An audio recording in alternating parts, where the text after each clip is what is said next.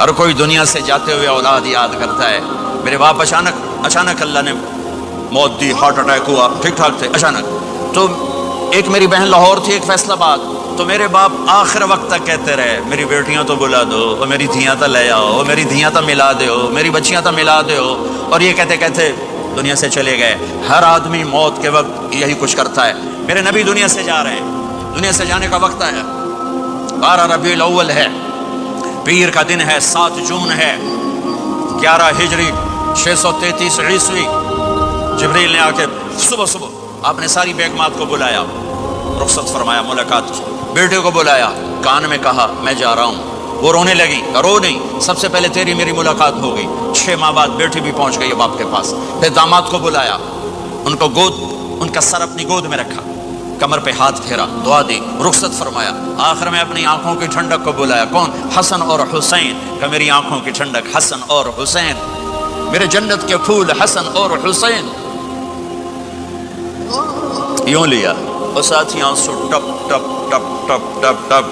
بیویوں کو جدا کیا، آنسو نہیں. بیٹی کو جدا کیا، آنسو نہیں. داماد کو جدا کیا، آنسو نہیں. جب بچوں کو جدا کرنے لگے تو یوں آنسو. ایک کو زہر میں تڑپتے دیکھا، ایک کا کٹا سر نیزے پہ چڑھتے دیکھا تو آنسو رک نہیں سکے. دعا نہیں کی، ہاتھ نہیں اٹھائے، اللہ کی تقدیر کے سپرد کر دیا. اولاد کو ذبح ہونے کے لیے تیار کر لیا کہ کل میری امت اولاد کے پیچھے جھوٹ نہ بولے، رشوت نہ لے، حرام کاروبار نہ چلائے، دھوکہ نہ دے، فراڈ نہ کرے. بچوں کو کہاں سے کھلائیں، بچوں کو کہاں سے پلائیں؟ کہ یہ میرا حسین کا سر کٹ کے نیزے پر چڑھا ہوا ہے. جب سب چلے گئے تو جبریل آ گئے. آپ نے فرمایا کیا ہوا؟ خاموش کھڑے تھے. کہ موت کا فرشتہ دروازے پر ہے، اندر آنے کی اجازت چاہتا ہے. اپنے نبی کا مقام دیکھو، موت بھی پوچھ کے آتی ہے.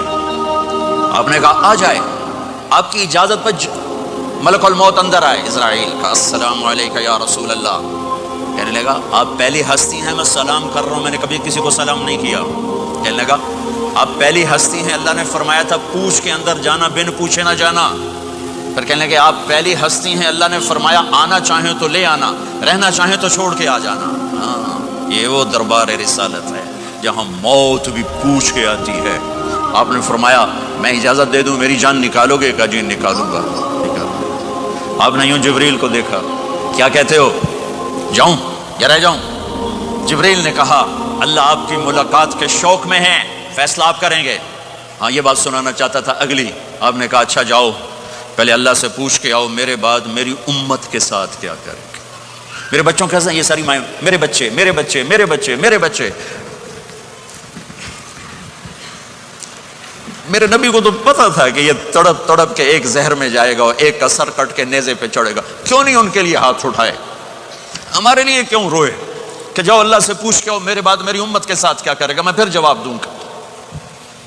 جبریل واپس گئے. موت کا فرشتہ کھڑا ہوا ہے. جواب آیا یا رسول اللہ آپ کا رب کہہ رہے ہیں آپ کی امت کو تنہا نہیں چھوڑوں گا. مجھے میرے رب کی قسم جو سن رہا ہے جس نے ہمیں یہاں جمع کیا ہے، سنو میری بات غور سے. اگر میرے نبی یہ سوال نہ اٹھاتے تو آج میں اور آپ بھی بندر خنزیر میں بدل چکے ہوتے. میری اور رب کی کوئی رشتہ داری نہیں ہے. اس امت نے وہ سب کچھ کر دیا جو پہلی امتوں نے کیا، لیکن کون ہے جس نے عذابوں کو روکا ہوا؟ وہ میرے نبی کے آنسو، میرے نبی کی آہیں، میرے نبی کی دعائیں، میرے نبی کی فریادیں، میرے نبی کی تڑپ، میرے نبی کا رونا، میرے نبی کا پیٹ پہ پتھر باندھنا. اس نے روک دیا. کوئی نبی جاتے ہوئے امت کے لیے نہیں رویا. واحد نبی ہیں جو جاتے ہوئے امت کے لیے روئے، میری امت میری امت میری امت.